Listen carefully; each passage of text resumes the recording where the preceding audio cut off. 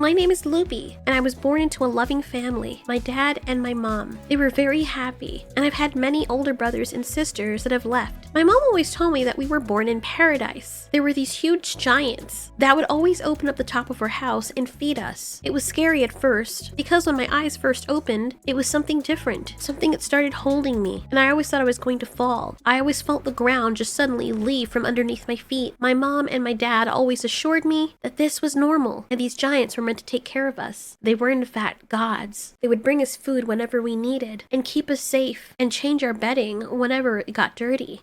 We never had to go out and hunt for food. Somehow my mom knew all of this because she said there was actually a life outside of the paradise. She used to be part of it. There was a time she had to get her own food and survive on her own. And she had babies before she had me. She had a mate before she had my father. And most of her babies would always die. She said that the giants existed all over, but if it weren't for them, surviving would be even harder. Anyway, I'm the only one of my litter still left. My mom and dad recently had another litter, and in that litter, I got a baby sister named Lena and a baby brother named Lip. Lena was gorgeous, and everyone always thought that she was older than me, but I'm in fact the oldest. I'm just a runt. My mom told us that someday someone will come and take us. Sometimes they take one of us, sometimes they take many of us. And it was an honor if the gods chose you, because if they took you, you'd have your own paradise and then have your own family. There were many different paradises. She said they were like worlds that opened up to you when you were chosen by the gods. My father never spoke much on this. He was a lot more introverted than my mom and didn't speak his mind as much, but I could tell that he had many stories inside of him. One day I had asked him, "Hey Daddy,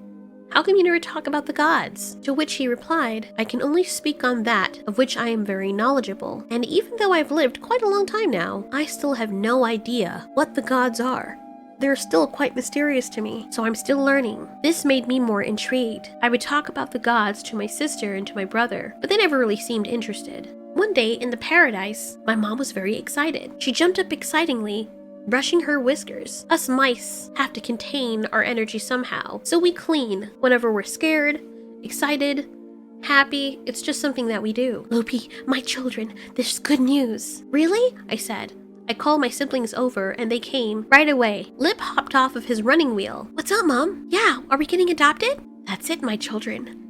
One of the gods is coming towards our tank." "Wow, that's so exciting. Maybe it'll be our turn. I hope we get to go together." "Even if you don't get chosen together, it is a great privilege to be chosen at all. Sometimes you'll have to make your own path in life, and you might have to do that without each other." "Yeah, I know, but I still hope we get chosen together." Lena turned around and sat on her hind legs and hugged my little brother. She and he were all that was left of their litter, and so Lena was very protective of him. She was also a lot bigger than he was. Even though they were younger, Lip was still bigger than I was. Maybe it's because he was a male mouse. I held my breath and I looked up. The colossal god stomped towards us, and one of the other gods, I'd rather call them giants, met up with that one, and they seemed to have been talking with each other. "Hey Lupi, what do you think they're saying?"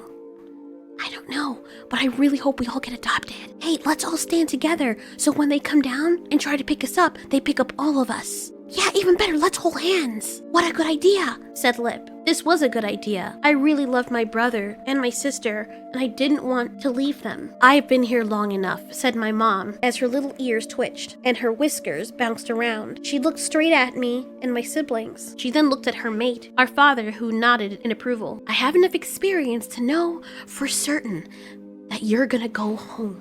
You're going to go with the giants. You're going to go with the gods." "Oh, Mom." I was overly ecstatic, and I ran up to her and started licking her face. She groomed my ears, and I used my tail to wrap around her. Then I stood by my brother and sister and wrapped my tail around their tails, making a knot with our tails. "Hang on tight. Wherever you go, I go.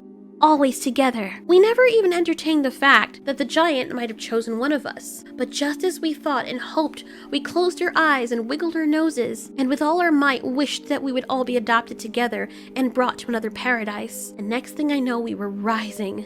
"Be well, my children, I am so proud." "Remember to always respect the gods," I heard my father say, and in that moment I opened my eyes and realized we were being put into a little cave, or something similar to our little enclosure, but smaller, and it was dark with 2 holes at the top of it. "This is so exciting!" Lena could not control herself. "I know, right?" I said in reply.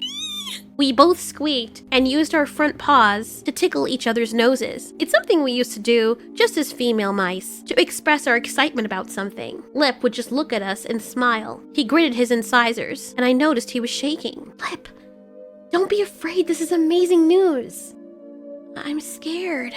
What do you mean? I asked him. I went over by him and started grooming his face and wiping my face. I found that it was comforting, and it's a culture with mice, that if you have loved ones, sometimes the best thing you could do for them to help calm them down is to wipe your smell on them. So I spat into my hands and wiped my hands all around my fur and my body so I can wipe off the oily stuff from my fur. And then I wiped it on my little brother's face so that he could smell me all over him. Thanks, Lupi.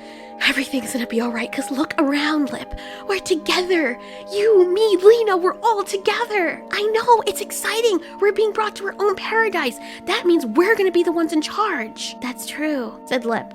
I could tell he was still uneasy, but I did everything to console him. Little did I know, when we moved to our new home, it would be the most challenging thing I've ever had to deal with my entire life. My brother was right for being nervous. I just didn't know it.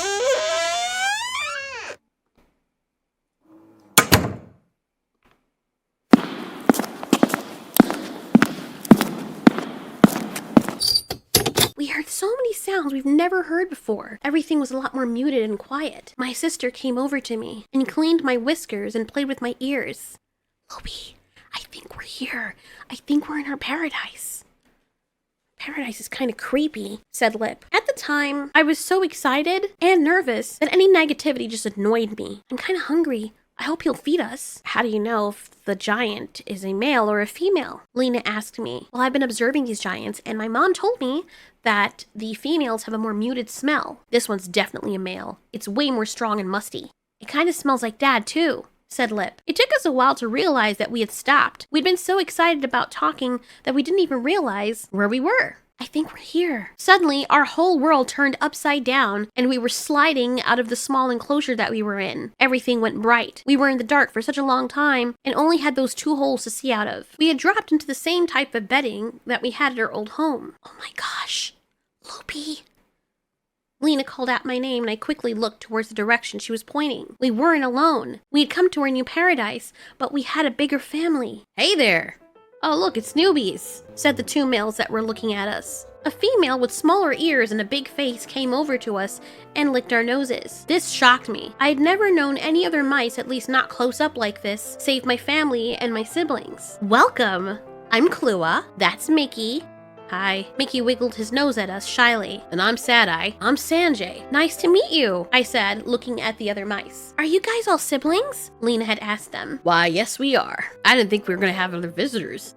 Yeah, me neither, said Sanjay. I was really shy because I've never known any other males outside my father and my siblings. I guess we're going to be neighbors. Yeah, it's really nice to meet you guys. Is there anything to eat? Asked Lip, who was looking around the enclosure. The giant had walked away from us and was doing something else. Is he the only one? Lena asked. She had gone up next to Sanjay. Apparently, she was very close to him. Well, as far as I know, said Sanjay, wiggling his whiskers and playing with his ears. You've got great ears, he said, flirting with my sister. This made me feel a pang. As soon as I'd seen him, I felt a pang. He was very attractive. I've never really thought about being attracted to someone else before, but now that I was here in front of him, being able to smell another male that wasn't my father or was related to, I definitely wanted to be close to him. So I ran to the other side of Sanjay and made my side touch his. Maybe you can show us around. Yeah, sure.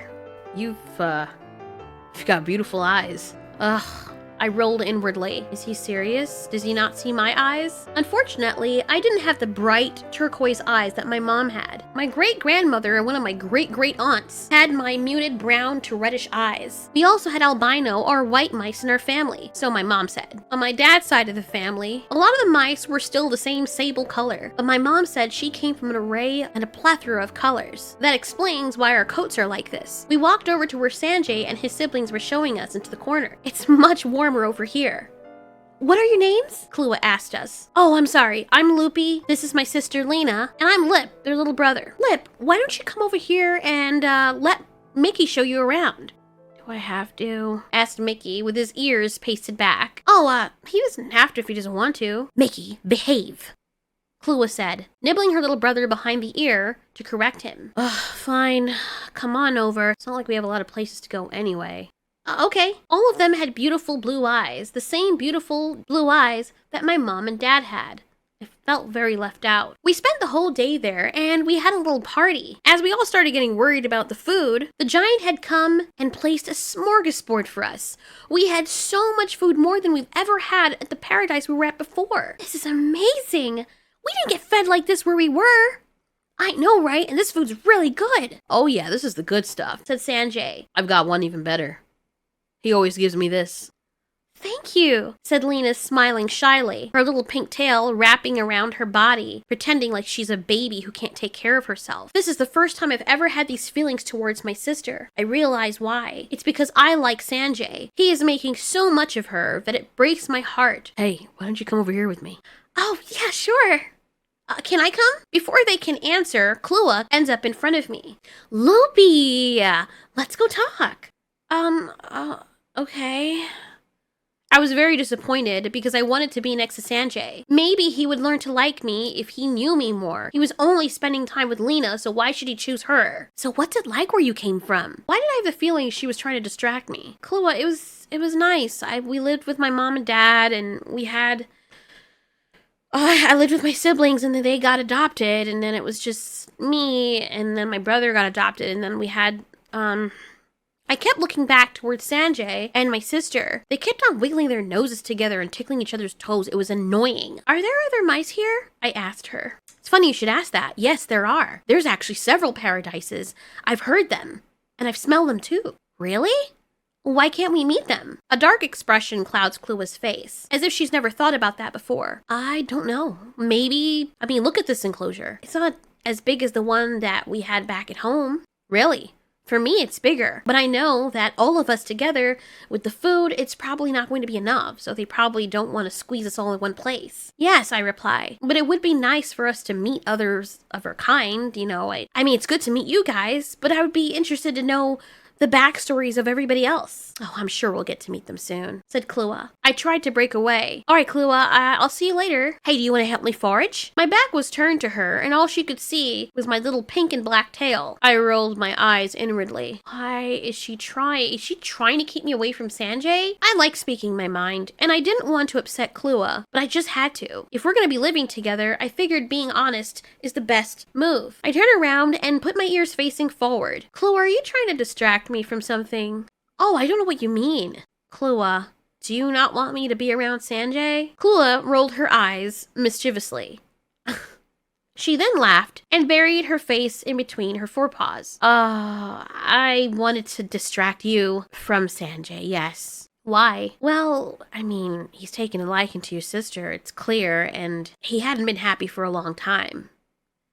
And I just didn't want anything getting in the way of that happiness. Like me? I asked, kind of peeved at this. I looked over to my brother. Lip and Mickey seemed to be getting along quite well, and it makes sense because they have the same personality. I understand, but I should be able to choose who I want to interact with. You're right. I didn't mean to offend you. Klua backed off then, expecting me to leave, which I did. Hey guys, I said, walking over to where Sanjay and Lena were. Lena perked up, pointing her ears towards me and wiggling her whiskers excitedly. Hey! Oh my god, Sanjay was just telling me about all these stories? Stories like what? Oh, it's nothing. He told me the time he fought a bully. It was a huge mouse, and it was black and white and really mean. He fought off all by himself. He almost died. Oh wow, that's an interesting story that the rest of us would have loved to hear. Well, technically the others have heard my story. Well, Lip didn't, and I didn't, so...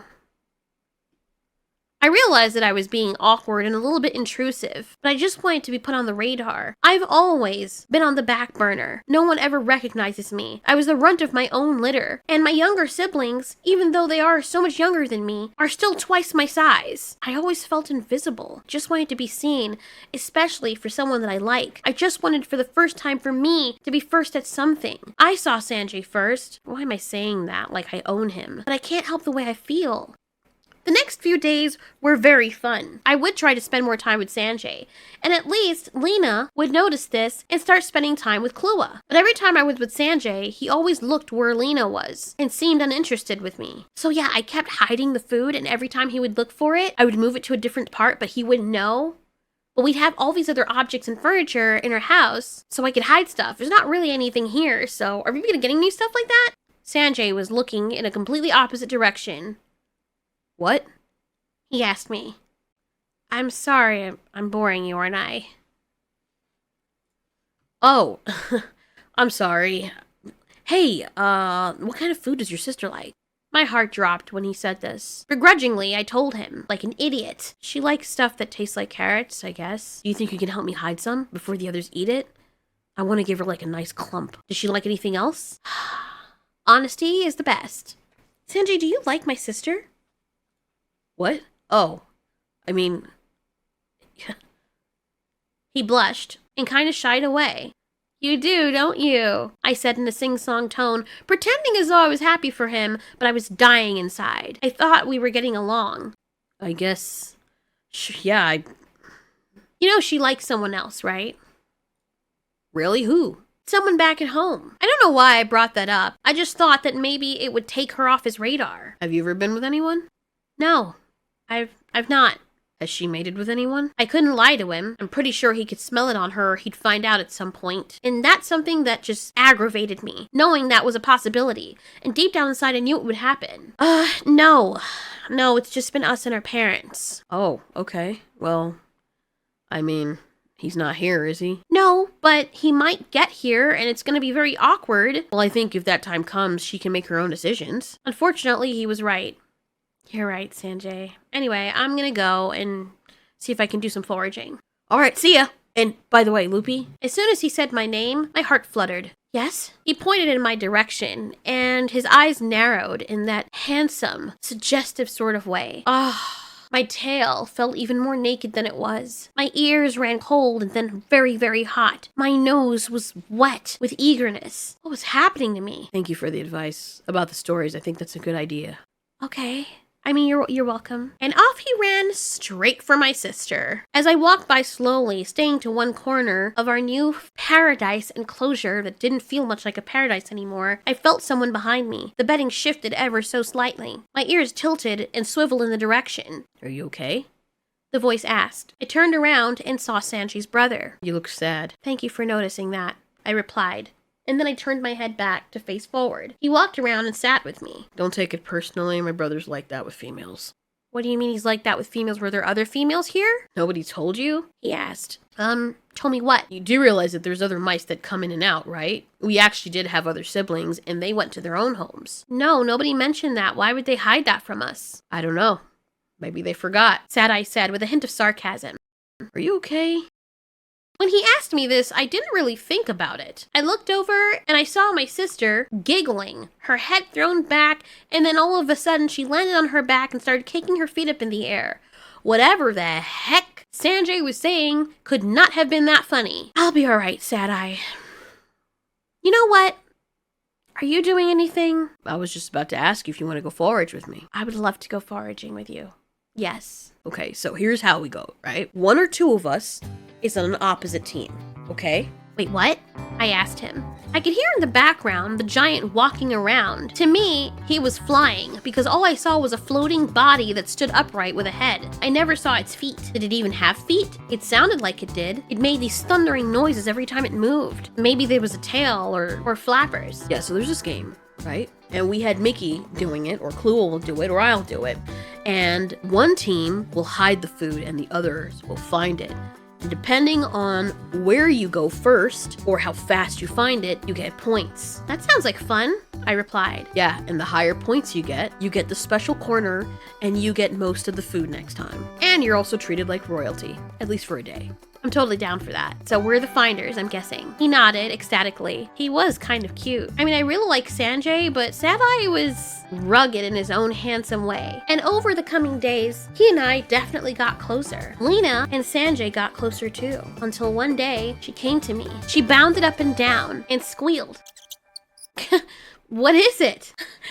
Guess. I don't know. Hey guys, what's going on? I saw you run over here. Yeah. Why are you so happy? Asked Mickey, who was with our little brother all the time now. I was happy. Lip needed a friend. I don't know. Just take a guess. You and Sanjay are happy? Mm-hmm. But why? Are you pregnant? My ears shot up because that's the last thing I expected for our brother to say. Lena turned around and nuzzled her brother happily, closing her eyes. Yes.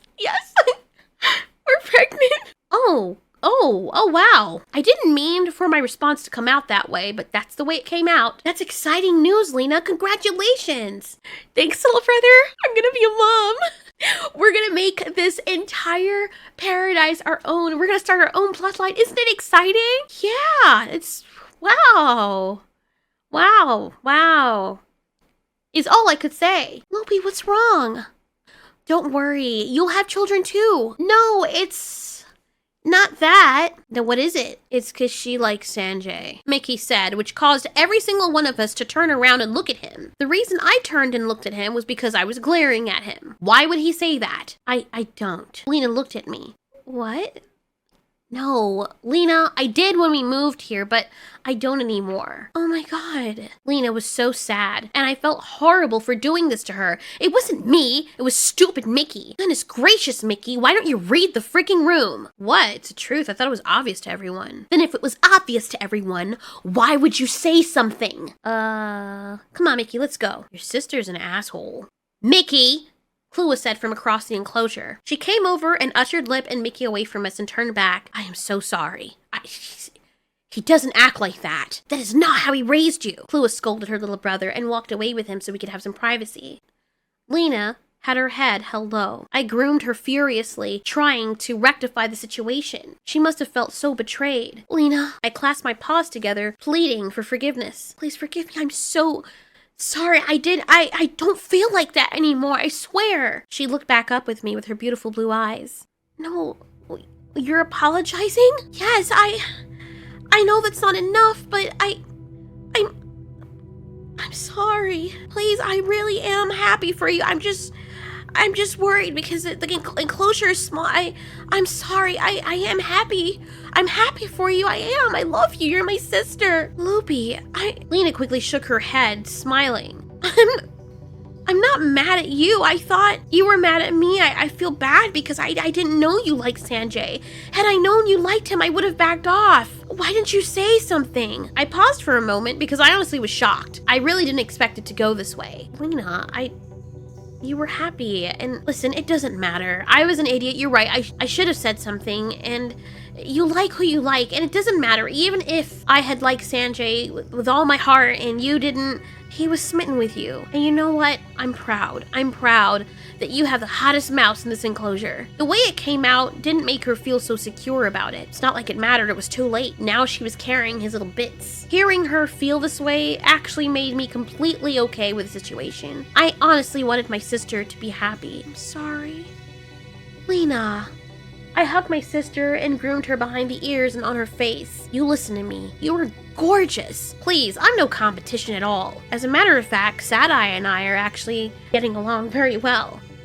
I saw that. You guys look great together. And that's not me trying to get you away from Sanjay. I legitimately thought so. I didn't even know you liked Sanjay. It's okay. Don't worry. We'll make do with the space that we have with your children, okay? I'm excited to be an aunt. Lena finally smiled, still looking at me just to make sure that I was okay. Just knowing she was like this made me love and respect my sister even more.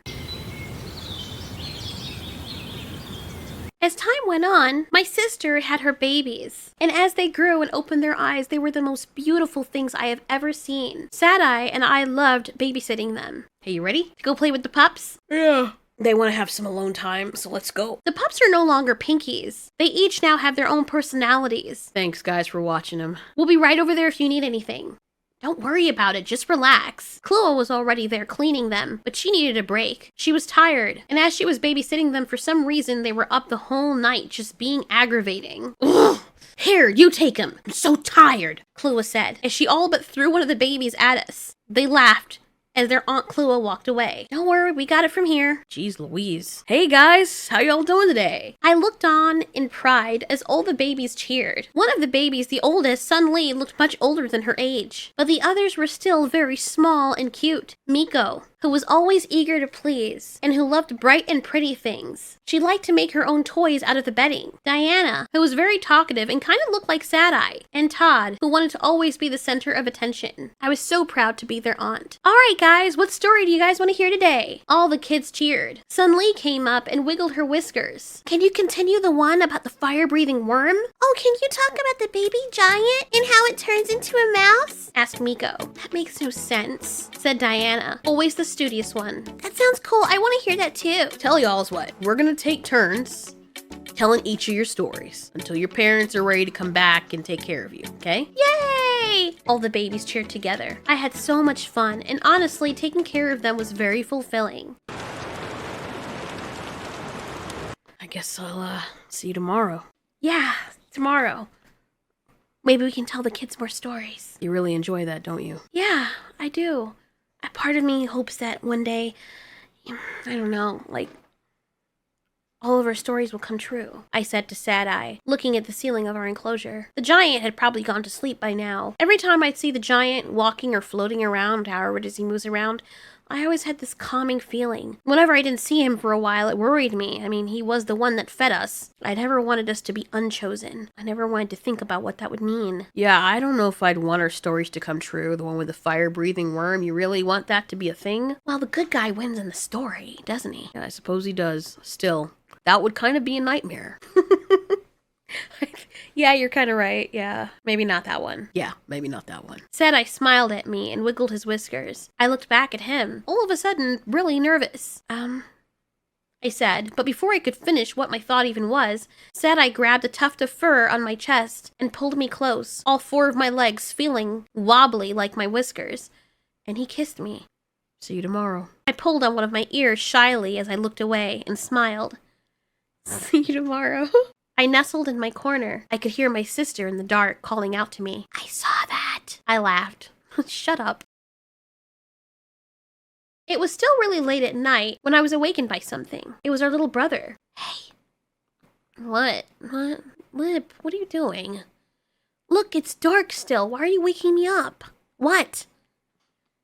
I need to talk to you. About what? Why right now? My brother's never done this. It's very weird behavior. I thought at that moment that maybe Mickey was rubbing off on him, but then I remember he's the more extroverted one. I mean, Mickey was very rude, so I wouldn't be surprised. Please? I sat up and cleaned my face. Okay. I could still see him in the dark, but his colors were muted, and it was significantly darker than it was in the daytime.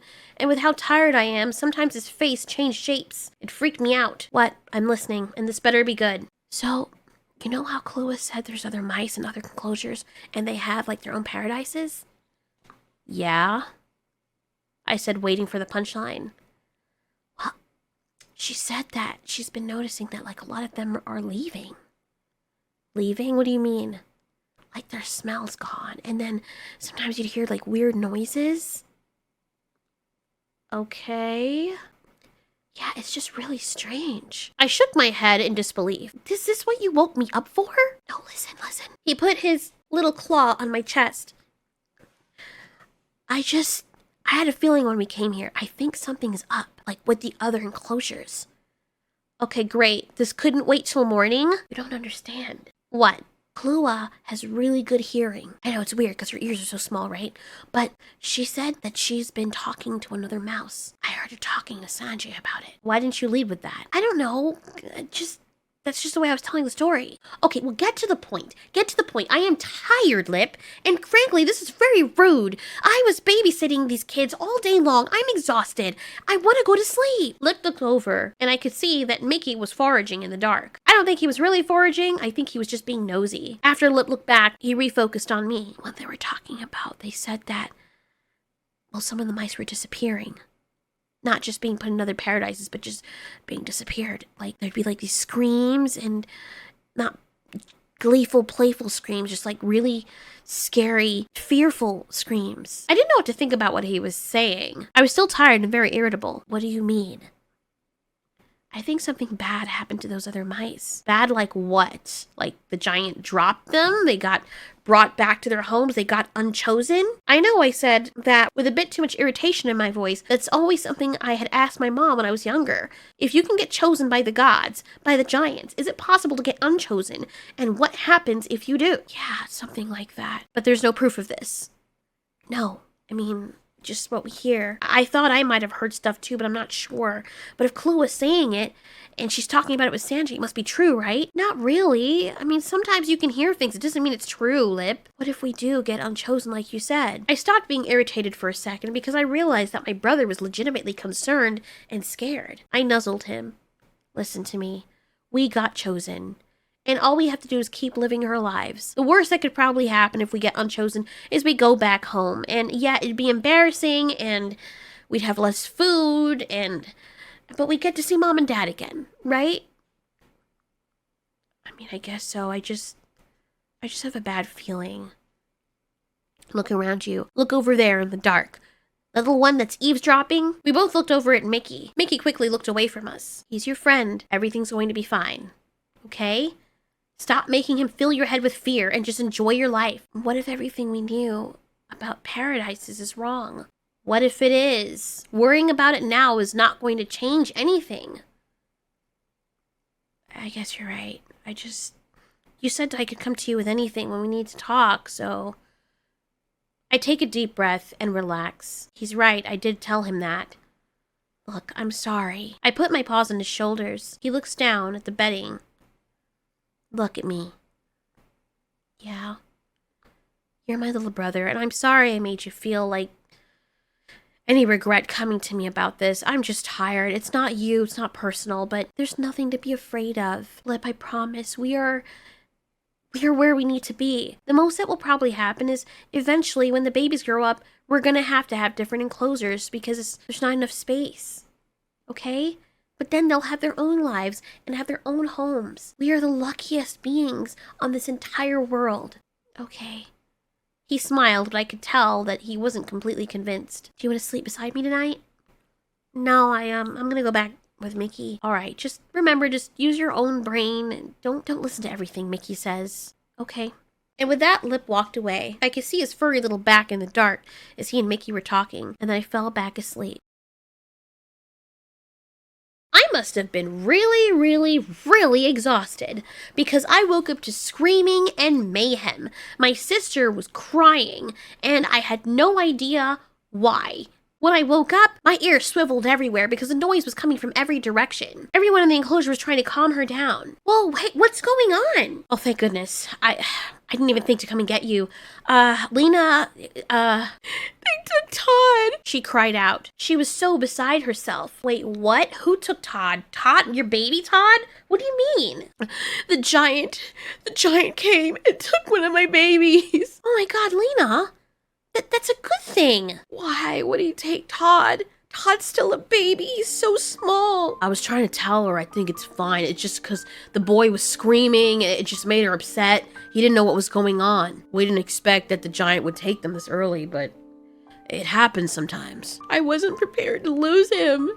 I want him back. Can we ask if he can just stay a little longer? I didn't even get to say goodbye. I felt horrible for my sister. That is strange, but that's no different than what happened in the home that I came from. My siblings, many of them were much younger when they were taken away from our parents. I wish I had been taken away that young, but hearing how Todd had been screaming, I probably wouldn't have wanted that. He probably didn't understand what was going on. Lena, it was your job to tell him.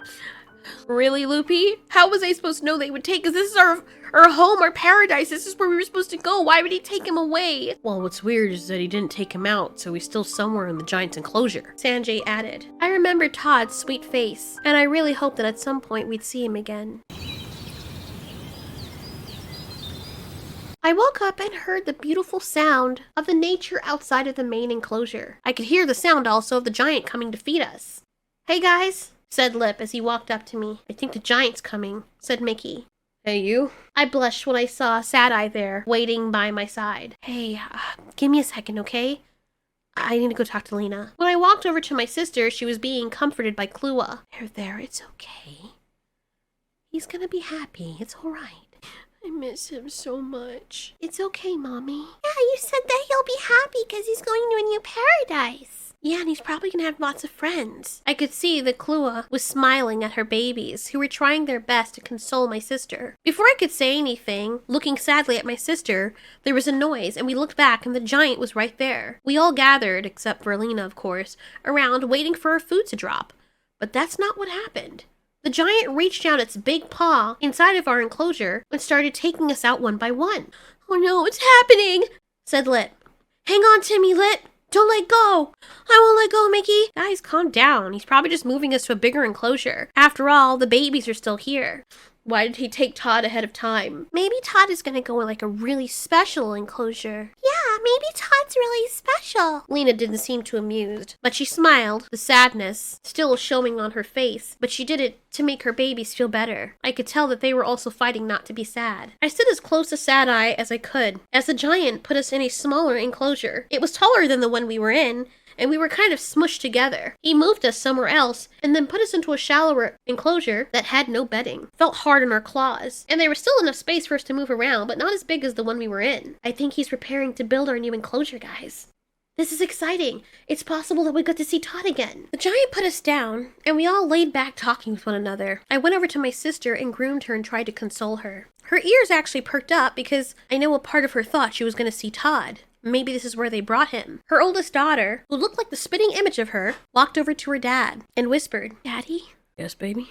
Maybe we should give all of our food to Mom so she can feel better. That's very sweet. That's a good idea. Sanjay looked over at me as I stood next to Sad Eye, his brother. It was very awkward, and I kept wondering why he was staring at me. I looked back at him, and I felt a flutter in my chest. It was obvious that Sad Eye and I were a thing now, but Sanjay was still very attractive, and I think a part of me still liked him. I guess I just wrote it off because he's with my sister. I briefly saw Mickey look between both of us, and then looked away. The giant came back, but I thought he was getting ready to feed us or at least put us in a new enclosure. Instead, he picked up Mickey, and he picked up Diana. No, no, no, no! Lena screamed, running towards her baby. She tried to hop and hang on to Diana, but the enclosure was too high for her to get out of. It's okay, Mommy. Maybe I'll get to see Todd.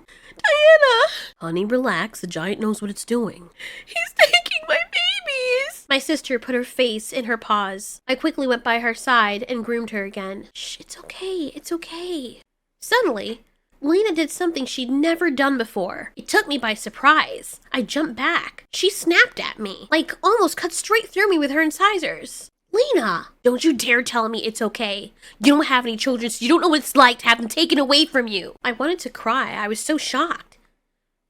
Lena, we were taken away from our parents, and they weren't acting like how you're acting. We weren't babies. We're not babies. They're still babies. Mommy, look, I can still see them. See through here. Everyone immediately turned to what little Miko was talking about. There was a little tiny hole in the enclosure. It was a crack. This little enclosure we were in right now had a very opaque color. I could see shapes on the other side, but very vaguely. But through this little hole, I could smell, I could feel the air, and I could see. Only one at a time. I tried squeezing my head through it, but it was too small. I tried using my teeth to make it bigger. Maybe we could go out and take a better look. Well, look at that. Sad Eye said. Hey, be careful. Let me see. He pushed me aside and stuck his nose through. And then he used his teeth and picked off a piece of it. Be careful, it's really sharp right there. I looked through because, well, I was one of the smallest and we didn't want to risk the babies going through there, even though they couldn't fit either. But if it was big enough or they cracked it, they could fall through. Oh my gosh, I see them!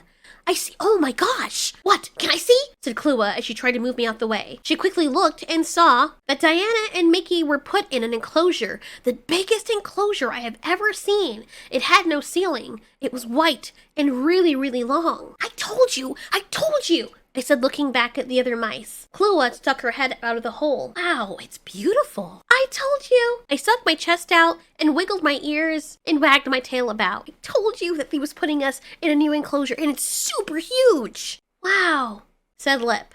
But then he had a look of consternation on his face. Why did they only take Mickey and Diana? Where's Todd? Maybe there's several of these large enclosures around. Whew, I'm glad that's what it is, because I thought it was, I don't know, I just had a bad feeling. As soon as Klua said that, we all froze. What do you mean a bad feeling? Nothing. Why don't you tell her? Said Lip. Well, it's nothing. The rest of those who didn't hear about this were confused. We know about what you and Sanjay said. You heard all these screams, and maybe they were screams having fun. That's what it looks like. Yeah, but then where are they? I don't know. This is a pretty big place, and if the giant is as big as he is, then his enclosure must be way bigger than we thought. After all, there's times we've seen him disappear completely. There was another noise and a strange smell. Lena went to the hole and stuck her nose through, as though she were trying to tear herself up to go through it. Lena, honey, don't. Todd? Diana? It's Mommy. Tell me if you're okay. We didn't hear Todd, but we heard Diana's little voice calling back. We could barely hear it. I'm okay, Mom. It's really nice in here, and it's very cool. Mickey didn't say anything. I could hear Diana and Mickey talking to each other. But at some point, Mickey fell silent. I can't wait till you guys get here. Lena sighed in relief. Me too, baby. I can't wait till I get there, too. And even if I don't, it's gonna be your paradise now, okay? Just remember everything I taught you. I love you so much. I love you too, Mommy. Aw, I love you too, Diana, said Sun Lee. Yeah, enjoy your paradise, said Miko. The rest of us all smiled and sighed in relief. We all started talking and having fun, except for Lip. Lip walked over to another corner of this very small temporary enclosure we were in. Well, I guess we gotta start preparing for a new home. Yeah. I mean, at this rate, more babies and more people can come in too. Yeah. Sad-Eye just looked at me. His look said everything. Oh boy, I hope he didn't think that I meant that we'd have babies, but eventually I do want to have babies. Hey, you guys want to play the forage game? Klua said. There's nothing to forage, not yet.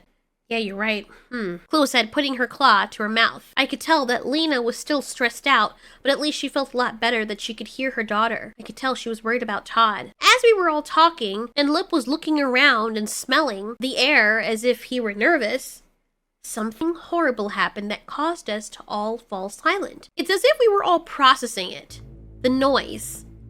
Because it didn't make sense. It went against everything else that fit this environment. We heard spine-chilling screaming, and it was the screams of Mickey and Diana. My sister didn't even make a noise because she had to wonder what was going on. And then after a while, a few moments of us all staying in shock and quietness, wondering if this was some kind of joke, wondering if Diana and Mickey were in fact playing, Lena screamed out and started heading for the hole and clawing at it. Diana! She screamed, trying her best to get out so she could save her daughter.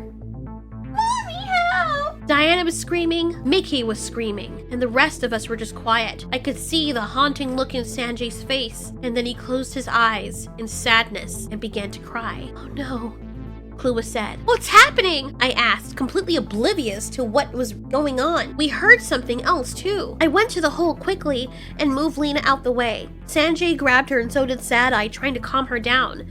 As I looked through the hole, I saw nothing. I didn't hear anything either, but I did smell something wafting on the air. It smelled like Diana and it smelled like Mickey, but it was a different smell. It was a very bright, bold smell, as if they had pumped up their smell times 10. I couldn't understand it. I've never smelled that before. Where were they? I looked as far as I could. There was a section of that big white enclosure that was very shiny, and then there was a section that was hidden. So if they were in that corner, I couldn't see them. Where'd they go?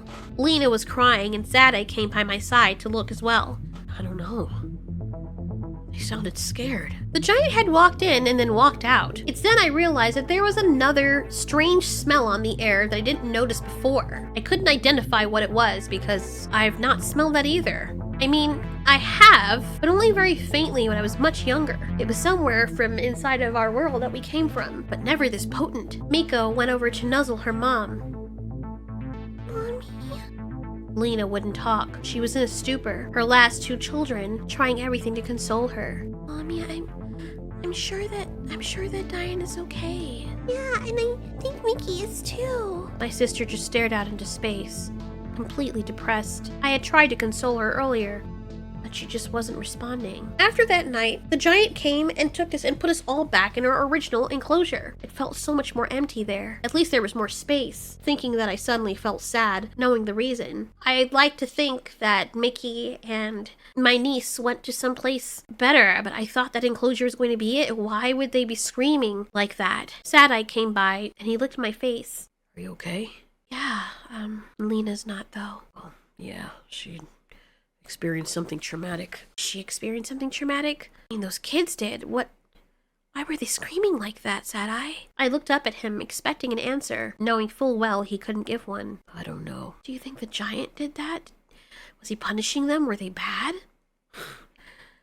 No.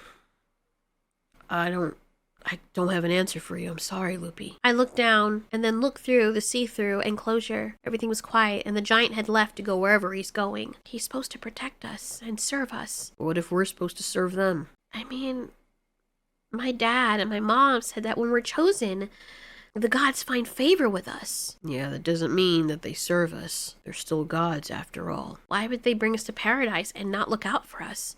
Do you think something bad happened? I don't know. Sad Eye was as honest as he could be, and then he snuggled beside me. I got this for you. What is that? It's a cranberry. Oh, thank you. Yeah, they're very rare. I've never seen one of these before. I bit into it. It was very sweet, even though it was sort of dry. I like it. Thank you. I looked over to my sister and was sad. Lena was crying again. Klua was trying to comfort her. Sad Eye, I didn't scare you before about the whole baby talk, did I? Are you kidding me? I'd love to have babies with you someday. I smiled, blushing. I'm scared. What if we have babies and that ends up happening to them? We can't live in fear. And besides, if we do end up having babies, that means they'll be chosen. I don't want my babies chosen like that. I don't think I'm ready. That's okay. We don't have to have babies right now. Sad Eye, come here for a second. Sanjay said, calling over his brother. Keep eating your cranberry. I'll be right back, okay? All right. Lip watched Sad Eye leave, and then he came to sit down by me. He was sad. As far as he's concerned, his best friend was not coming back. I looked over to him and tickled his ear. Lip, I'm so sorry about Mickey. Maybe you'll get to see him again. Lip smiled, but it was a smile that did not touch his eyes. He pulled back his ears and looked up at me sadly, and then he looked away, and as he did, he said, No, I won't. We shouldn't have come here. And then he walked away and buried himself beneath the bedding. Once again, we were all taken out of the enclosure and brought to the bright room. It was better when we didn't have to sit in darkness. The morning light shone through, and so we could see the room in all its splendor. There were different types of lights at night. It was beautiful. I looked through that little hole in the temporary enclosure, but I couldn't see anything. The hole was turned the complete opposite direction than it was before. I wonder if the giant did that on purpose. The hole's pointing the wrong direction. I can't see the enclosure. The new one. Maybe that's because he doesn't want us to see. I guess. Lupi? Lip said, his voice quaking. Yeah? Are you excited? I don't know why I asked that question, because I knew he wasn't. I had taken a look at my little brother, and I could see just sheer terror on his face. I don't want to be chosen. What if you don't want to be chosen? That's not how it works. Why not? Why is everyone acting like everything's okay? Lena looked over to little brother. Lip, come here. No, I'm gonna hide. I don't want to be chosen. And my brother just broke down in a panic. He wailed and tossed himself about, and I've never seen him act like that. A lot of us had to try and keep him all calm. It's okay. It's okay. Relax. Don't worry. You can hide under the bedding. You don't have to be chosen right now, Lip. I don't want to end up like Mickey and Diana. Lena recoiled. Sanjay's head lowered in sadness. You don't know what happened to him. Exactly, Sanjay. Nobody knows what happened to him. They took Todd, and you guys just quickly got over it, and they took Diana, they took Mickey, and everyone's just acting as though this is normal. This is our whole lives. People are always chosen. My brother quickly whipped around to me, his teeth bared. His incisors were long, longer than I remember them being. Is that what you tell yourself so you can feel better? You think every single one of us that come out of here are chosen? What if the choosing happens outside, and he chooses which to keep and chooses which to throw away? What happens to them? He wouldn't do that. Why don't you just admit it, Lupi? Maybe we don't know everything about the giants as you think we do. Maybe our parents were wrong. All right, that's enough, said Klua. Yeah, Lip. That's really insensitive of you. Of all times. Why would you say something like that? He didn't mean it, honey. He's just scared. Shut up. I have never heard my sister talk to her mate that way. Sanjay walked away from her and came over into our corner. I'm sorry. Oh, no, it's fine. It's not like I lost the kids, too. Yeah, but you seem so okay with it, Sanjay. Just because one of us is fighting his hardest to not descend into madness and sorrow so we can stay strong for the other one doesn't mean I don't care. It was very awkward us all being in this enclosure together. We were forced to face the music, face our fears, and face each other. Lip buried himself under the bedding, and very shortly after, the giant came back. Maybe he'll feed us now. But he didn't. He reached down his large paws, and he took up Klua, Sunli, and Sad-Eye. I could see the fear in Sunli's face. No, is all Lena could say as she watched her child being lifted up by the giant. All she could feel is the trepidation of hearing those same screams that Diana made coming from her daughter. Lena quickly ran over to Miko and held her tight, pushing her under her body. Bye, Sunli. Bye, Miko. Klua, please protect them. I will, said Klua. She had always protected the babies. Of course, if she was with them. I'll see you soon, Sad-Eye. I'll see you soon, sweetheart. Sanjay's face looked up at his brothers, and the both of them made eye contact. I didn't like the way that Sanjay was looking at him. Sanjay came over to me, and as I felt his body pressed up against mine, I felt a shudder run through me. Are you okay? Yes. Yes, I'm fine. I became nervous, and I had no idea why. You know I'm here for you, right? If you need anything. My brother really cares about you, but you're important to him, you're important to me. Thanks, Sanjay, but I think it's my sister who really needs you right now. She doesn't need me, Sanjay said, wiggling his ears forward, looking at the giant bending over and disappearing. Yes, she does. She acts like she doesn't, but trust me, she really does. You need me too. We all need each other right now. Hearing him say that made me feel good, but right now I was just preoccupied worrying about Sad-Eye. I ran to the hole and quickly forgot that it was facing the other direction. Could he still hear me from here? Sad-Eye, can you hear me? I screamed louder out his name. I heard nothing. I couldn't see over the enclosure, even though there was no ceiling, because it was too tall. And then I heard his voice. I can hear you. Are you okay? What's it like? Even though I couldn't see him, I could imagine the look on his face as he was saying his words. It's white and shiny and cold. There's no bedding in here. Yes, it's quite odd, added Klua. Hey, Mommy, I can smell Diana and Todd. Todd was here. Mommy, do you hear that? Yes. Do you see them? She called out. As I looked back and saw my sister standing up on her hind legs and shouting out to her daughter below, I realized I didn't need to stick my head through the hole, or rather my nose, to be able to communicate. Oh, no, I don't see them. I smell them, though. Okay, said Lena. I wonder what was going through her mind in that moment. Why, there's something here. I heard Sad-Eye say. The rest of us fell quiet, waiting for him to finish. It's not bedding, it's moving. What do you mean it's moving? We heard Sad-Eye's voice come in like an echo from very far away. It's, moving slow and coming towards us. It's like it's floating. I don't know what it is. I'm kind of creeped out. I'll go see. We heard Sunli's voice say. Honey, no. Can you just let Klua tell you what you should touch and what you shouldn't touch, okay? Yeah, just stay back here. I could hear the fear in Klua's voice as she admonished my niece to stay back. The rest of us were racked with suspense. But not for long. Because after a few moments, I heard shuffling noises and screams. And all I heard Sad-Eye say was, Oh God. Oh no! Run! Once again, all of us were in tears and shock, hearing Sad-Eye, Klua, and little Sunli screaming in pain and agony. Lena was crying so hard that she broke her voice. Miko was also crying, now totally terrified. Her little upbeat optimism completely washed away by the terror we heard unfolding beneath us. Sanjay recoiled into his body and curled up as tightly as possible. Lip was still under the bedding and I hadn't seen him for a while. Sanjay? Sad-Eye? I called out. Sunli, what's going on? I heard a horrible squelching and snapping and crunching noise. I had no idea what that was. I heard this hissing noise, and I know that my boyfriend and my niece and Klua were not making that noise. It sounded like something bigger. The giant, it wasn't him, because I could see his head, or barely the top of it, standing over by the corner. He looked so uninterested, so it couldn't have been that bad, but why were they screaming like this? My instinct told me it was something horrible. The screams went on for a while, until I could no longer hear Sunli, until I could no longer hear Klua. Or Sad-Eye. And the giant walked over, and something happened.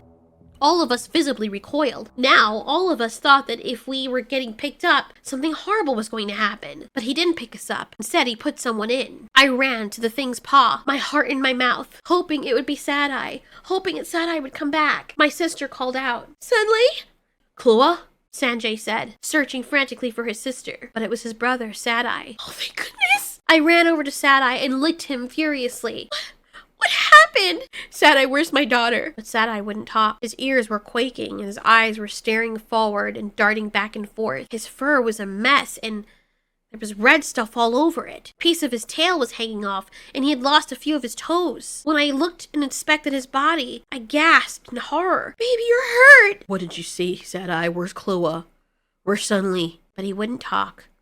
And he wouldn't talk for a few days. Miko would bring her food over to him and try to feed him. I never left his side. Lena had licked him so vigorously, and I don't think it's because she exactly cared about him, but because he had remnants of what smelled like Sunlee all over his body. She kept on questioning him. Why do you smell like her? Why does your fur smell like this? Why is her smell like this? Why is her smell like this? She just would say it over and over and over and over and over again until I lost it one day and just yelled at her and told her to shut up. It's not her fault. She's a mom, and the only baby she has left is Miko. I watched as Miko came over to me and to Sad-Eye. Hi, Miko, I said, smiling. I found another cranberry, and I just thought that maybe you guys would like it, and then you can share it with him. Maybe you can feed him together. That's a good idea. Lena stayed close by Miko all the time, never letting her out of her sight. Mommy, can I feed him? Hurry up and come back here, Lena said. Okay. Hi, Sad-Eye. Sad-Eye still wouldn't talk. Baby, Miko brought you something. It tickled his whiskers and cleaned him. He wasn't cleaning himself. Whatever he had seen, it broke him. Miko, try to feed him. Miko held out her tiny little hands and tried to put the cranberry in his mouth. It fell out onto the ground of the bedding. She took it up, brushed off the bedding, bit into it so she could make it softer, and then she pushed it into his mouth again. Here. Sad-Eye said nothing and didn't even look at her. It's really, really good, and it's good for you. It'll help you it'll help you be happy. Get away from me. It was the first words he spoke since the incident. Sad-Eye. Baby, she's just trying to help. Miko. Yeah? Get away from me. Baby, come here, Lena said, her ears pulled all the way back and glaring at Sad-Eye, ready to kill him if he made the wrong move. Okay, I'm sorry. It's not your fault, baby. Sad-Eye's just really sad, okay? He misses his sister and Sunlee.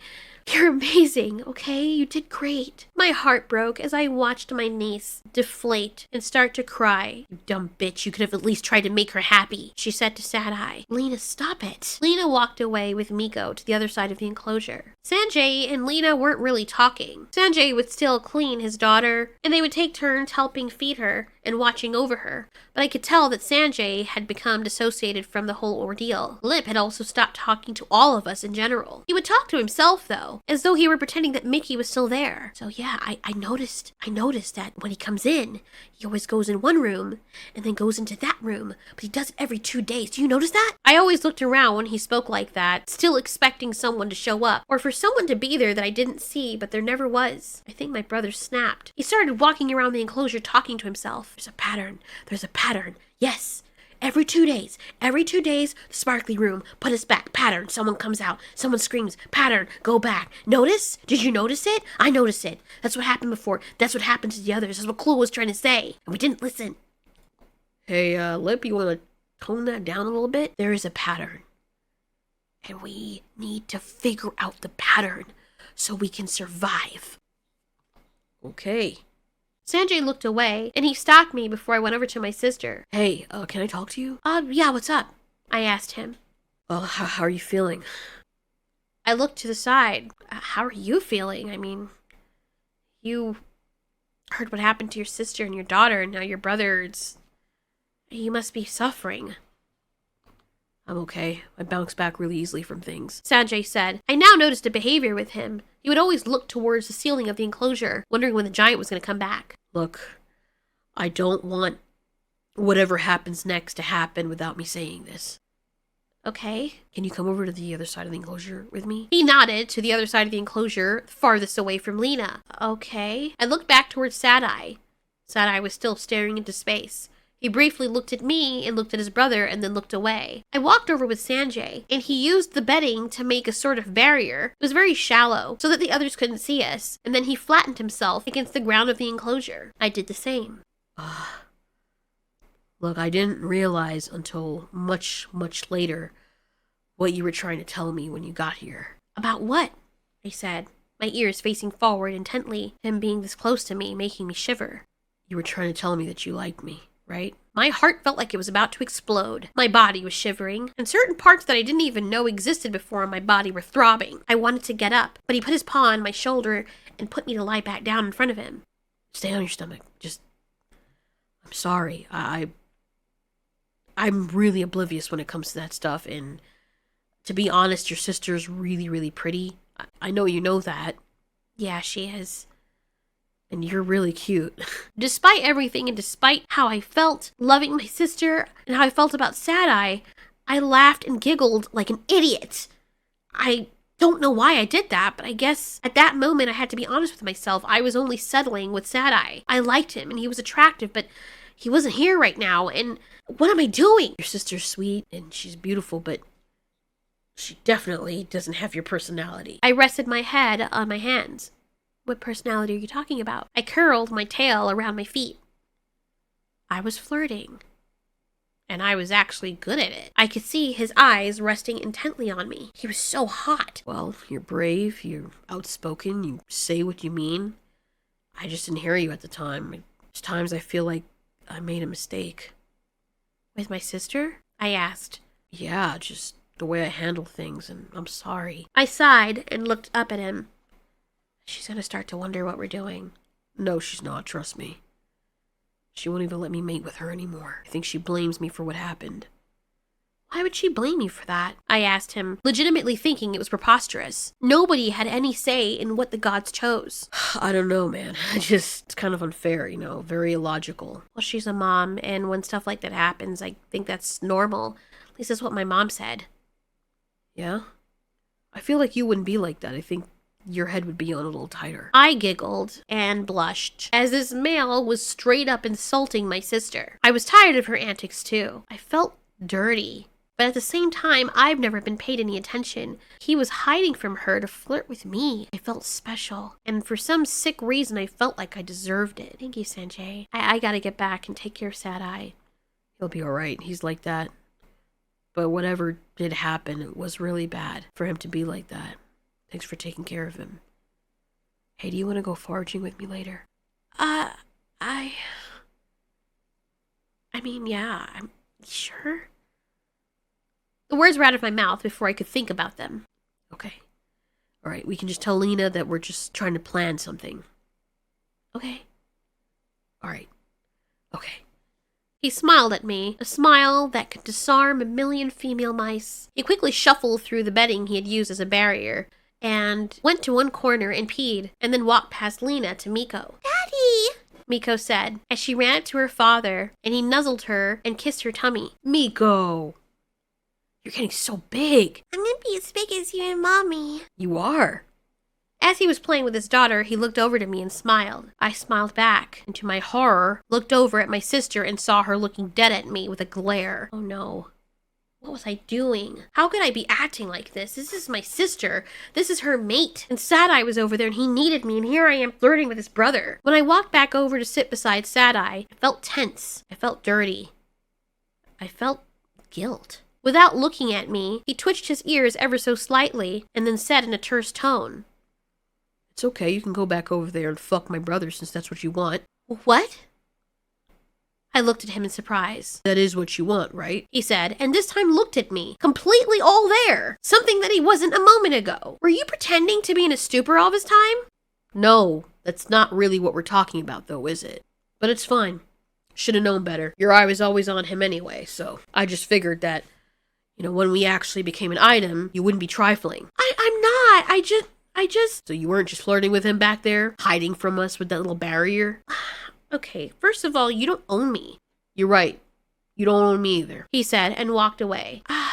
Why did I say that? I'm such an idiot. Why would I throw away a perfectly good relationship with Sad-Eye? Now is a time we need each other more than ever. And then there's a pattern. My brother Lip said, talking to himself as he walked past me momentarily, doing his rounds around the enclosure, before tunneling into the bedding and hiding again. I held my head low. I didn't even want to approach my sister. I felt now that I had no friends except for Miko.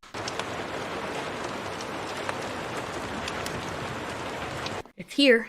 It's here. It's here. It's here. It's here. That's it. This is just today. It's today. It's today. It's gonna happen. Watch, like clockwork. It's gonna happen. I'm right, said Lip, waking us all up as we saw him wobbling back and forth in front of the glass. Bro, what are you doing? Lip, It's gonna happen. It's gonna happen. his little tail coiled around his body in excitement as he started scratching the glass and trying to point through it. He's coming. He's coming. The giant's coming. The giant's not here. What do you mean? Said Miko, about to go next to him. Uncle Lip? Stay away from him, Lena said, grabbing back her daughter and holding her close. Coming. It's coming. It's coming. Watch. Watch. Shh. Shh. Watch. Watch. He said, and we all quieted down. What are you doing? He's coming. You see. You see. He's coming. He's coming. There he is. I was legitimately freaked out until we heard the entrance of the giant's enclosure open, and he came in from the outside world. He walked in, dripping wet. We all went silent, more than we were before, her ears pulled back. We stayed still, not wanting to bring attention to ourselves. Turns on the light. Turns on the light. Turns on the light. Gonna go into the room. Here's a pattern. Goes to the sparkly white room and then comes out and grabs us. Watch. See? He's gonna get the enclosure. See the enclosure? Surely enough, my babbling brother was right. He had the small, tiny enclosure in his hands, and he walked over to our enclosure and took all of us out. As Lip was being taken out, he quickly bit down on the hand of the giant. The giant screamed and flicked his hand, and Lip went flying. I could hear his body land somewhere before he started scurrying away. Lip! I cried out. Lena had cried out his name too. Contrary to what I thought, she actually did care about our brother. He quickly materialized again in the giant's hands and was put in the temporary enclosure. We were all taken out and carried to the sparkly room. The lights weren't natural this time and were very bright, and this time the whole of the temporary enclosure was once again pointing towards the large sparkly enclosure. Hey look! We can see again! Lena looked out the hole to see if she saw her children. She started calling their names. Miko did the same, calling for her older siblings. Diana, Todd, Sunley. Mommy, are we gonna see them? When Lena didn't see her children, her fur went flat. I could smell the stress hormones coming off of her body. She started breathing very hard and looked towards Miko. Miko, go hide. Hide where? Under the bedding. Go. This time there was only a little bit of bedding. It didn't take long before the giant came and took us up. Sad-Eye looked up in the corner, and as he saw me, he glared at me. And then I felt myself rising as the giant picked me up. His eyes momentarily flashed surprise, as though he were not expecting me to be chosen. He momentarily looked worried, and then his face hardened again, as if he didn't care. Miko was also picked up, but this time Lena was picked up as well. She was still holding on to her child. Lip was also picked up, but Lip was thrown ahead of us. Lip! When we were placed down in the huge white enclosure that was actually much bigger than I thought, now that I'm inside of it, I ran over to my brother. He picked himself up. See, I knew it. I knew it was a pattern. I knew it was a pattern. I held him and shook him. Stop it. Miko, come here. I'm here, Mama. Mommy, what's that? Miko said. Lena looked to where her daughter was pointing. I vaguely registered this as I was trying to keep my brother safe and oriented. Oh my.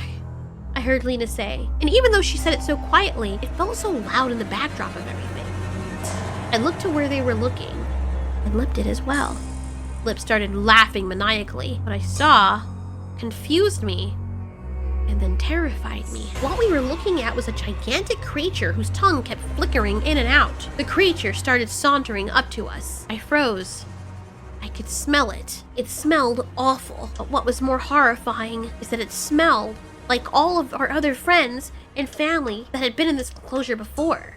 Mommy, what is that? Stay behind me. Stay behind me, Miko. My friend, said Lip. Oh, you're the one. This is what it's all come down to. See, you're the one who does the choosing, right? Lip just walked up to it. I tried to pull him back, but it was too late. Lip! It's not the giants, is it? It's you, isn't it? I knew it was you. You all the way, right? What's your secret? The creature looked at him, seemingly cocking its long head. We all held our breath, tense, waiting to see what would happen with our brother. And then all hell broke loose. My sister and I froze. She quickly grabbed up Miko and ushered her to run to the other side of the enclosure. I ran with them, but when we got to the other side, there was nowhere to go. There was no exit, and these white walls were so slippery that we couldn't climb up. We never ever had to worry about wanting to escape our enclosures before, until this very moment. I looked back, and the creature was coming straight for us, slowly as though it knew it didn't have to rush. I quickly ran to it. Lupi, what are you doing? I'm gonna try to get to the other side. I quickly hopped over it, and it snapped in the air after me. Unfortunately, it still had its sights set on my sister and her daughter. Lupi! Lena cried out. I looked back in horror as my sister was cornered by the thing. She tried to get away. Miko, go! Go around there! Mommy, I'm scared. What the hell you? Don't worry about me. Just go. Go to your aunt. Mommy! Miko was crying. I knew I had to do something, so I ran back. Lena put herself in front of the monster. Miko, come on! I said as I was over the monster's leg. I vaguely looked to my left and got clipped by a gigantic tail, one that looked like mine but much larger. I was dazed for a while until Miko was crying and shaking me. Lupi! I'm okay, come on. We both ran to the other side of the enclosure and tried to scratch and find a way out. Suddenly, the giant was over, and I rejoiced because we were saved. Is he gonna take us out? I think so. I think we're gonna be okay. Lena! I heard a crunching noise and my sister scream and gasp for air. I cried out my sister's name as I looked towards her, only to see that she was in the mouth of the monster. She was furiously biting at it, and it thrashed its head around, and I could hear the sound of her beautiful skull hitting the walls. Mommy! Miko cried and started to run towards her mother, but I jumped in front of her and stopped her. Miko, no! Your mom would want you to stay here, okay? But she needs help! No, you can help her by staying with me. That's what your mom wanted. I said her name in the past tense because I knew my sister was gone. I dared to look over and saw her body disappearing into the mouth of the monster as it swallowed her. Miko happened to look over at that moment and cried inconsolably. I hugged her by my side. Miko, keep trying to climb. Lena's gone now, Miko. You gotta be a big girl and climb with me. Miko was too sad to do anything. I bit her just to get her attention until she started clawing with me. Suddenly there was a rush of water. There was a squeaking noise, and I looked towards my right where the monster was. And above the monster was a silver thing sticking out of the white wall. A stream of water poured from it. It was cold, frigid, more water than I've ever seen in my life. Suddenly, both of us were washed away, and as the water washed both of us to the other end of the wall, after it stopped, it quickly took us in the other direction, straight towards the mouth of the creature, who was just standing in the water because of how large he was. Swim, Miko! Miko tried to kick her little legs. This is the first time she's ever swam. This is the first time I've ever swam too. The monster snapped at both of us and narrowly missed us. I was trying so hard to keep myself above water. When I looked back, I couldn't see Miko. Miko! I called out, frantically looking for my niece. I could also hear the voice of Sanjay and Sad-Eye calling out, asking what was going on and if we were okay. And who did I think about? In that moment, it wasn't Sanjay, it was Sad-Eye. Hearing his voice, calling out for me, he really did care, and I felt bad for hurting him. I wanted to go back and tell him how I felt. Miko was coughing. She was taking in too much water. Miko, keep your head above the water! The waves kept on hitting me.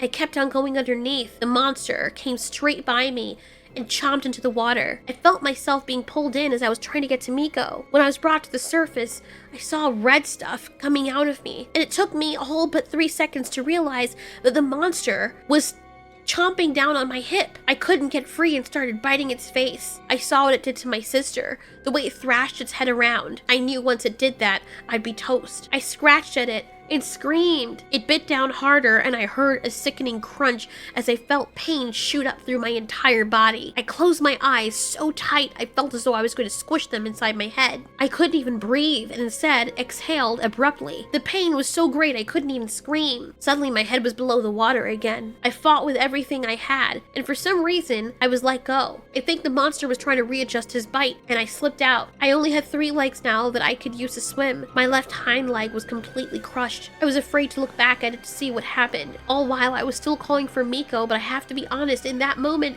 I wasn't thinking of her. After realizing that I was fighting for my life, I had no idea where she was. The monster turned away from me, and then I was being lifted. I heard Miko coughing beside me. She was being lifted too. And then I was in front of a face that I hoped that I would see before I died. Sad-Eye quickly ran over to me and licked me furiously. Sanjay looked at me, and then he went over to Miko. Thank goodness Miko was okay, but she was crying.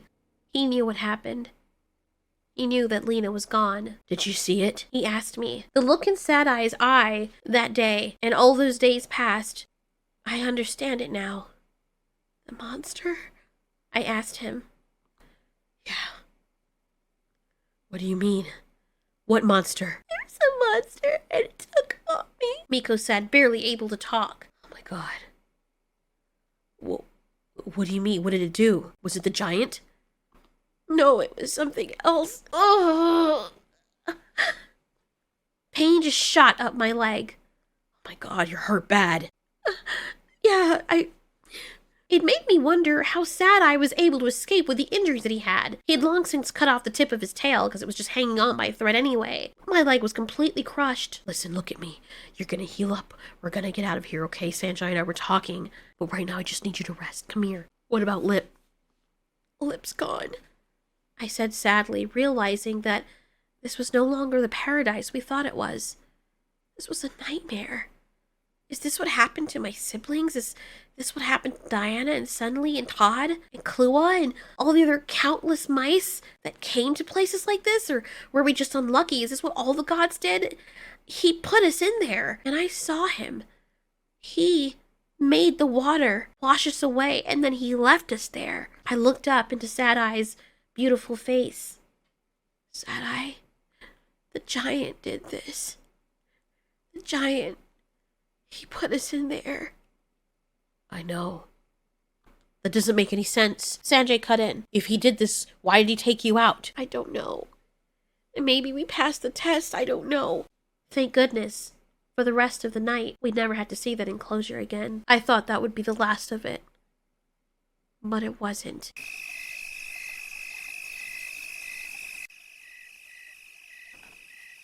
I opened my eyes and didn't even realize that I had been asleep for as long as I have been. Sanjay and Sad Eye are talking. They're in a heated discussion. When male mice are very angry, they usually never raise their voice. It's a bit hilarious to watch, but they do this whispering, screaming match where they argue by whispering very loudly, even if they're not trying to hide their conversation from anyone. Needless to say, we were all traumatized by what happened. I didn't feel very well. My body was in shock earlier, but now, having woken up from a nap, I feel even worse than I did before. It took me getting up and raising my forelegs to remember that I was as injured as I was. I seethed in pain. Miko ran to my side. Are you okay, Auntie Lupi? Yeah. Hey, you should be resting. Sad I said, coming back. Oh, I should be helping you guys figure out a way to get out of here. Shh. He's just relaxing right now. Sanjay said. The giant was just lounging by the window right now. And then he got up and walked into one of the rooms. The room that he always stays in for the rest of the night. We've been watching his behavior. Before, Lip had been trying to tell us that there was a pattern to things. We recognized that pattern. If the pattern is on point, which Lip thought it was, that means that in a day and a half, we're going to go back into the white room. Something strange happened. The human came back out of his room and walked back to our enclosure. He shook out something, like a piece of fabric, and reached back in to get us. Neither of us fought him, thinking that maybe we'd be on his good side. He placed us in the temporary enclosure once more. But this time, we weren't in the white room. We're in a different place. Does it mean that maybe he'll let us go and we'll be really chosen? Miko asked. I really didn't understand what was going enough to answer her question. All I know is I was in pain. It's only felt like an hour since everything happened. No, not an hour. Maybe 10 minutes. The pain in my leg is shooting, and it makes me feel as though time is much longer than it is. The room that we were in was very different. What's happening? Maybe we can use this as time to get away. How are we going to get away? Just jump as he's holding us. Do what Lip did. Yeah, I don't think so. And then risk him getting mad and killing us? Guys. Before we could talk it out more, the giant was over our enclosure. He took us all out. Well, taking us all out is a nicer way of saying he actually dumped us out into another small enclosure. One that was also glass, one that we could see through completely. And when we looked around, there were a bunch of glass enclosures in this specific room. What is this place? I asked. I don't know, but I don't like it. All right, it's now or never. It's only us. Miko, come here. Is Daddy? There's no betting in here. So whatever happens, wherever we go, you run as far away from anything that you see moving that's not us. You understand? But what if you need help? Don't worry about us needing help, Miko. You can barely help yourself. Your uncle is right. It means so much to me, and it would mean so much to your mother if you'd be safe. I looked between all of them, and I was very proud of Miko. She was so beautiful, and she reminded me of my sister. A pang inside my chest radiated throughout my entire body and made my leg hurt more when I remembered that my sister was gone, and so was my brother. What started out as us being so happy and gleeful to go to a new home has taken such a turn for the worse. The giant came inside our enclosure again, but this time, he took me and Sad-Eye out together. Sad-Eye looked over at me even though he was spinning around. We were both being held up by our tails. Sad-Eye, I was scared because I knew I wouldn't be able to run away from whatever was coming. I'll protect you, I promise. I'm so sorry for hurting you. Oh, baby, it's okay. I understand. You shouldn't have to understand.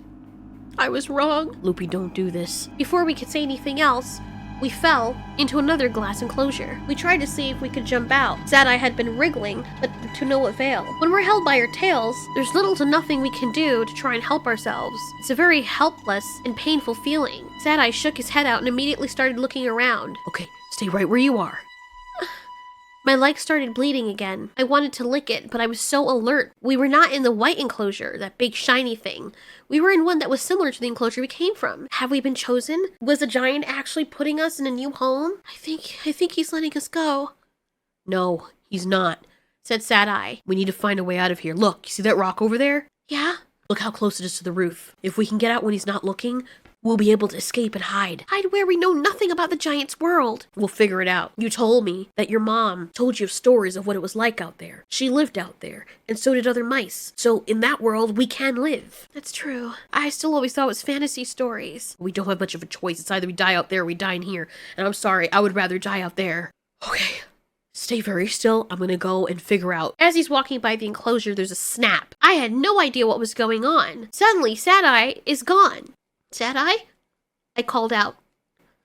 I kept calling his name more frantically than every other time I did. Suddenly, he popped out from underneath the earth. Get to the other side. His face was bloody. I just couldn't help but look at him. My beautiful, beautiful, beautiful Sad-Eye.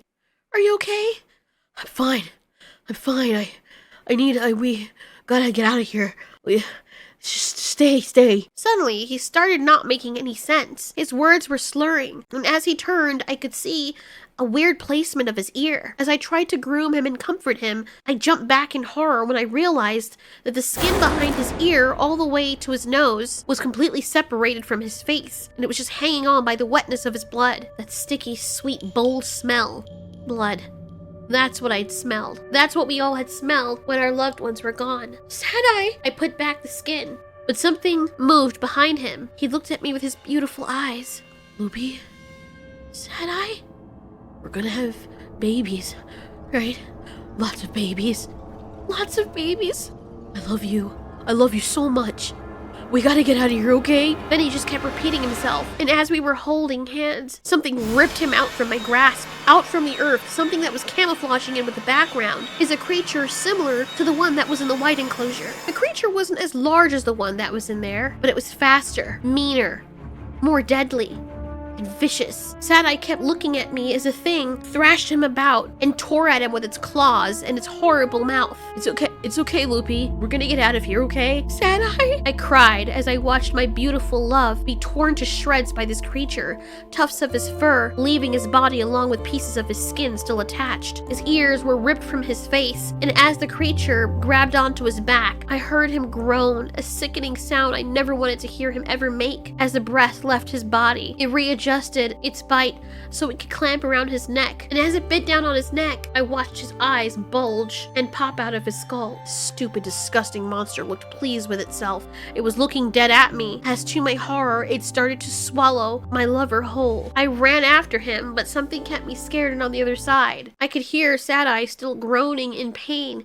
He was still alive as he slid down the monster's throat, and all I could see was his pretty pink tail hanging out of the monster's mouth, and then finally disappearing into its maw.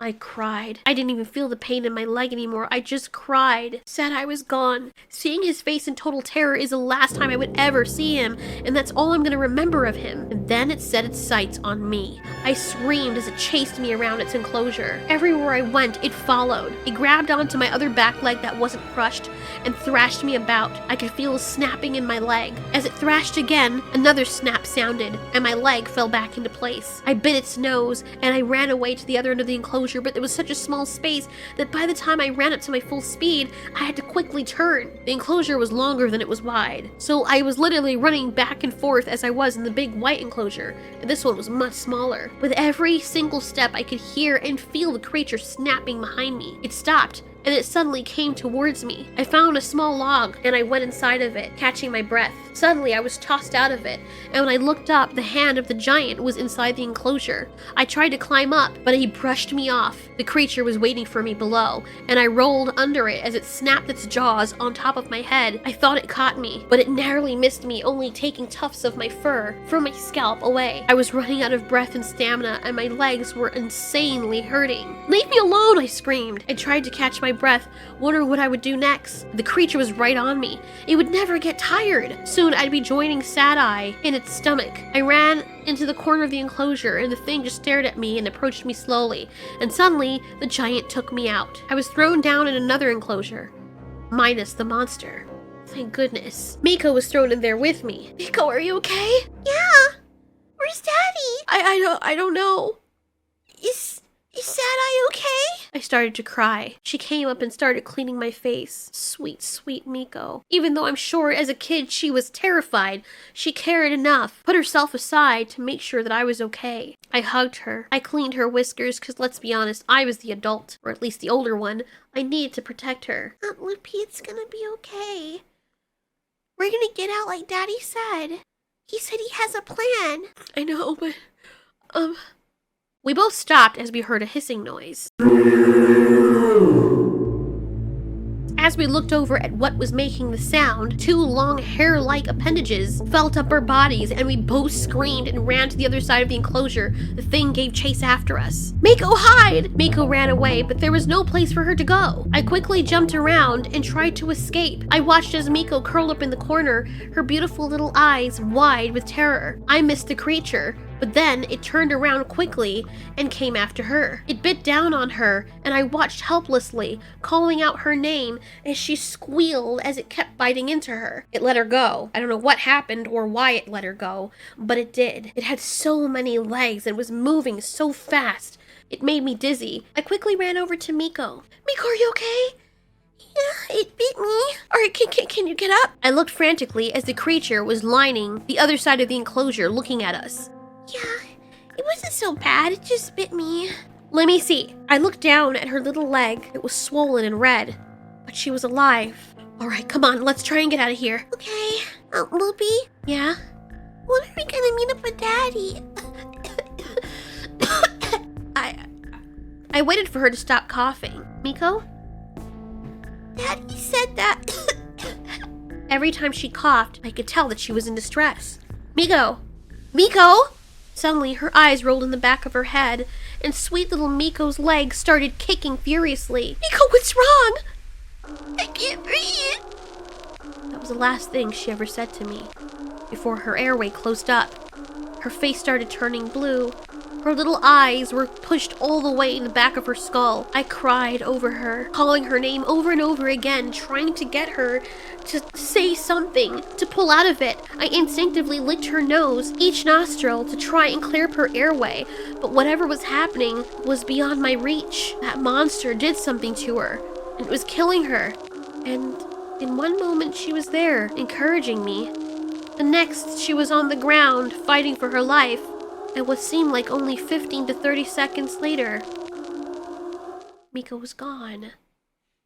The creature wasted no time and came after me. I screamed in fear and anger simultaneously. I never thought I would ever feel those feelings at the same time, and it's so intense. I leapt out of the way and bit down on its head. It reached for me and narrowly missed my leg. I watched as it went over to Miko's lifeless body and started chewing on her face. A huge swath of it just cut right off. Her beautiful little face with her bright little eyes was now completely ruined, as her bottom jaw was completely missing and the left side of her face was being eaten away. I screamed and I charged at the monster. It grabbed me with its legs, bit down on my damaged leg. I don't know why I did it, but I just had a feeling that whatever it did, whatever happened to Miko would happen to me. Instinctively, I started chewing my crushed leg. The pain was severe. I frantically was screaming as though I were insane, just chewing into my own leg. I started feeling dizzy. I started to feel my lungs close up. It was getting hard to breathe. My heart was beating out of its chest. And then I couldn't see anything.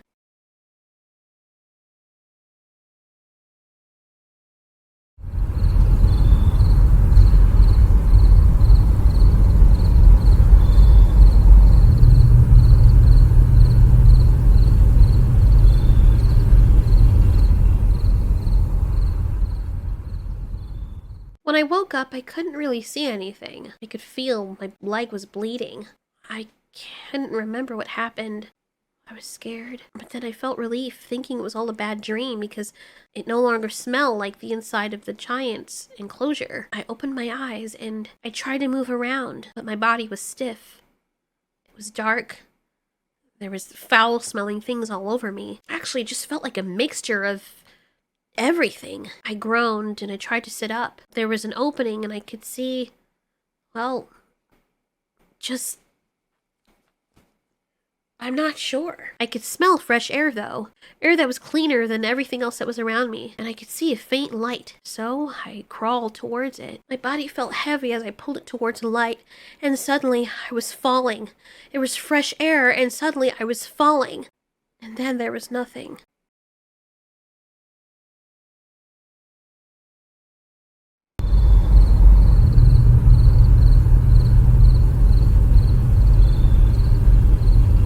When I opened my eyes, I was somewhere I didn't expect to be.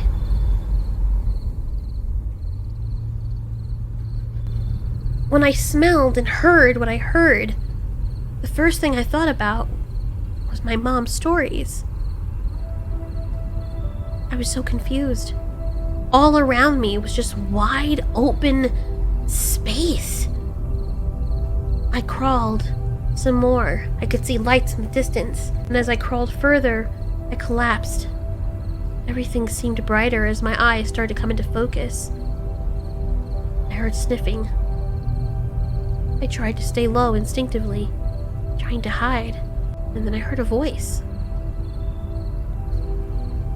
"You okay? Can you hear me?" Suddenly there was a face in front of me, and I recognized it. It was Sanjay. I must have been dreaming because he can't be. Oh my god. Oh, thank goodness. He licked my face, he licked my body, he started using his little hands and claws to slap my nose. Hey, he bit my nose, and I woke up with a start. What are you doing? Lupi, it's me, it's Sanjay. He said, laughing and crying at the same time. Sanjay, where are we? He looked around and looked up to... just up. And then he looked back down to me. He was crying now, but I could tell he was happy. Lupi, we're outside. We're free. I had no idea at the time what that meant.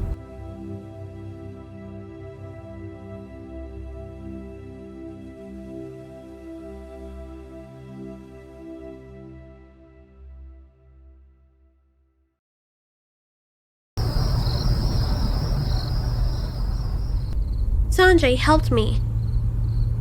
Come on, this is where I've been staying. As we go inside what looks like a hole in the ground, he explained to me everything. Yeah, so you bet your whole leg off, which is so badass. I knew that you were freaking badass. I looked down at my missing leg. My other leg was broken.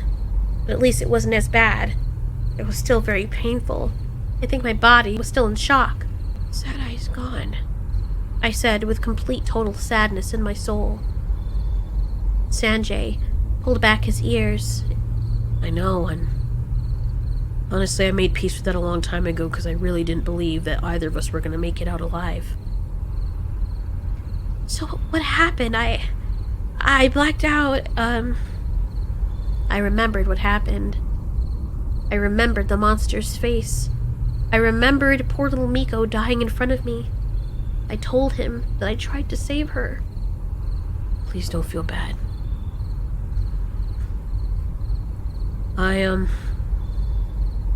He leaned up beside me and he wrapped his tail around mine. The skin-to-skin contact felt good. I just wanted it to be over. And when I heard your cries and that Miko was dead, I was relieved. I looked at him quickly, not expecting him to have said that. Yeah, I was relieved. Why? Because I just didn't want her to live in fear and terror anymore. This is not the place to raise a kid, and she shouldn't have to be without her mom. I never expected we would... I understood. I licked his face. It's okay. I get it. I get it. She didn't suffer too much, did she? No, she didn't. I lied.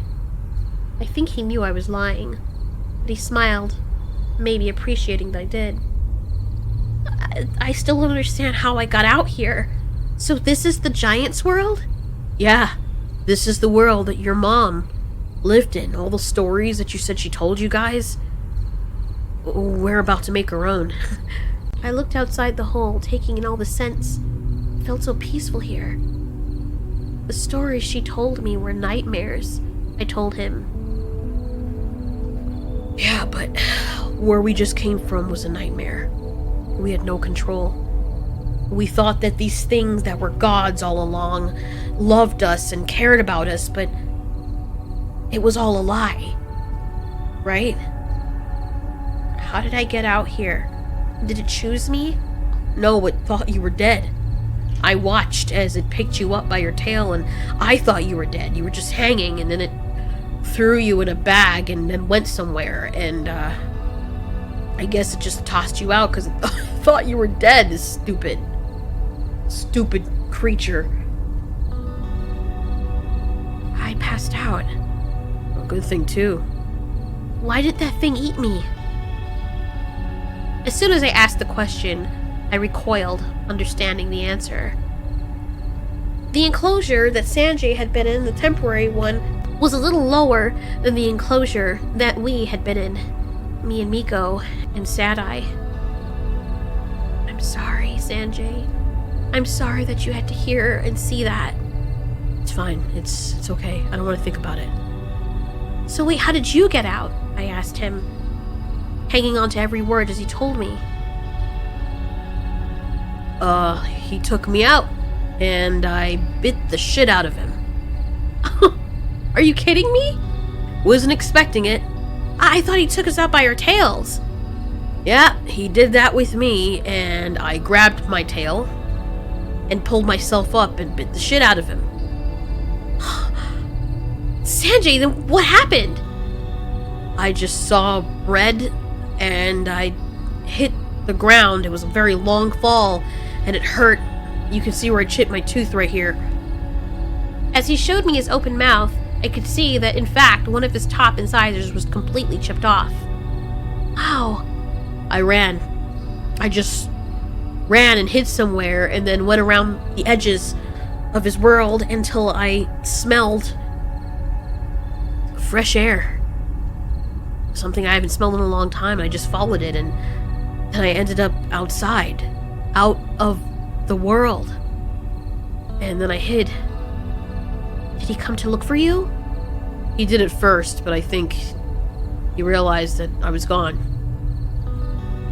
How did you even get out? I thought that they said you could never escape a giant's home unless it takes you out. Well, giant is so large that maybe he overlooks little holes inside his home. I was able to go through one. Doesn't matter. We're here. And as soon as I came out, I tried to find you. Where did you come from?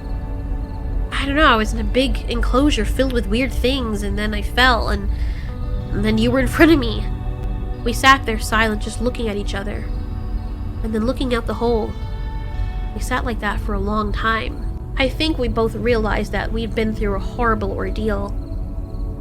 For a long while, we just sat like that, and then we slept so hard.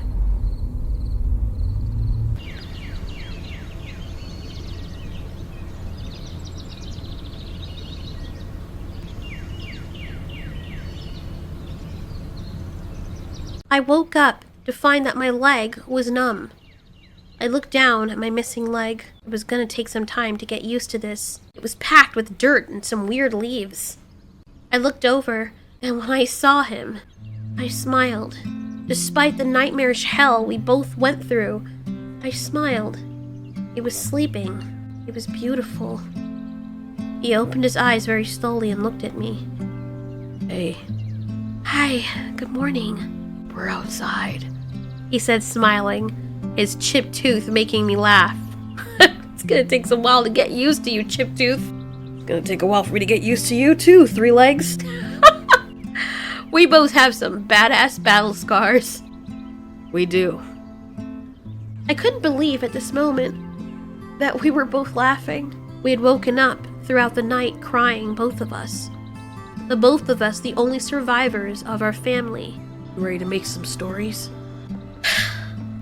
I looked over through our hole and up at the blue ceiling. It didn't seem to end. It was farther than I thought, and it was confusing. I wonder why it changes colors. Sanjay looked up to the ceiling. That's the sky, silly. The sky. That's what my mom used to... Of course. Yeah, and I saw some things flying up there too. They're real, those dragons. They're actually real from the stories. You mean that the stories that Mom told and the stories we made up are real? Sanjay stood up and shook out his coat. I think that we can make our stories real. Since we survived the nightmare, I think that's what the ultimate test was. Now we can make our dreams. Come on. He held out his tail, and I grabbed onto it to pull myself up on my 3 legs. Let's go get something to eat. We went out of the hole, very quietly and very cautiously, still traumatized from the whole event. We had long since expanded our hole. Sanjay and I became very close. He really was a survivor, and he taught me everything I knew. I could have sworn that he'd been out here before, but it turns out he had picked up on all the stories he heard and learned from them. Now, we are the proud parents of 6 beautiful children. Good Eye, our son that looks just like his father. Funny, our bright boy, who is always eager to learn and super observant and sometimes a little bit critical. JJ, our very outgoing son, who is always eager to try new things.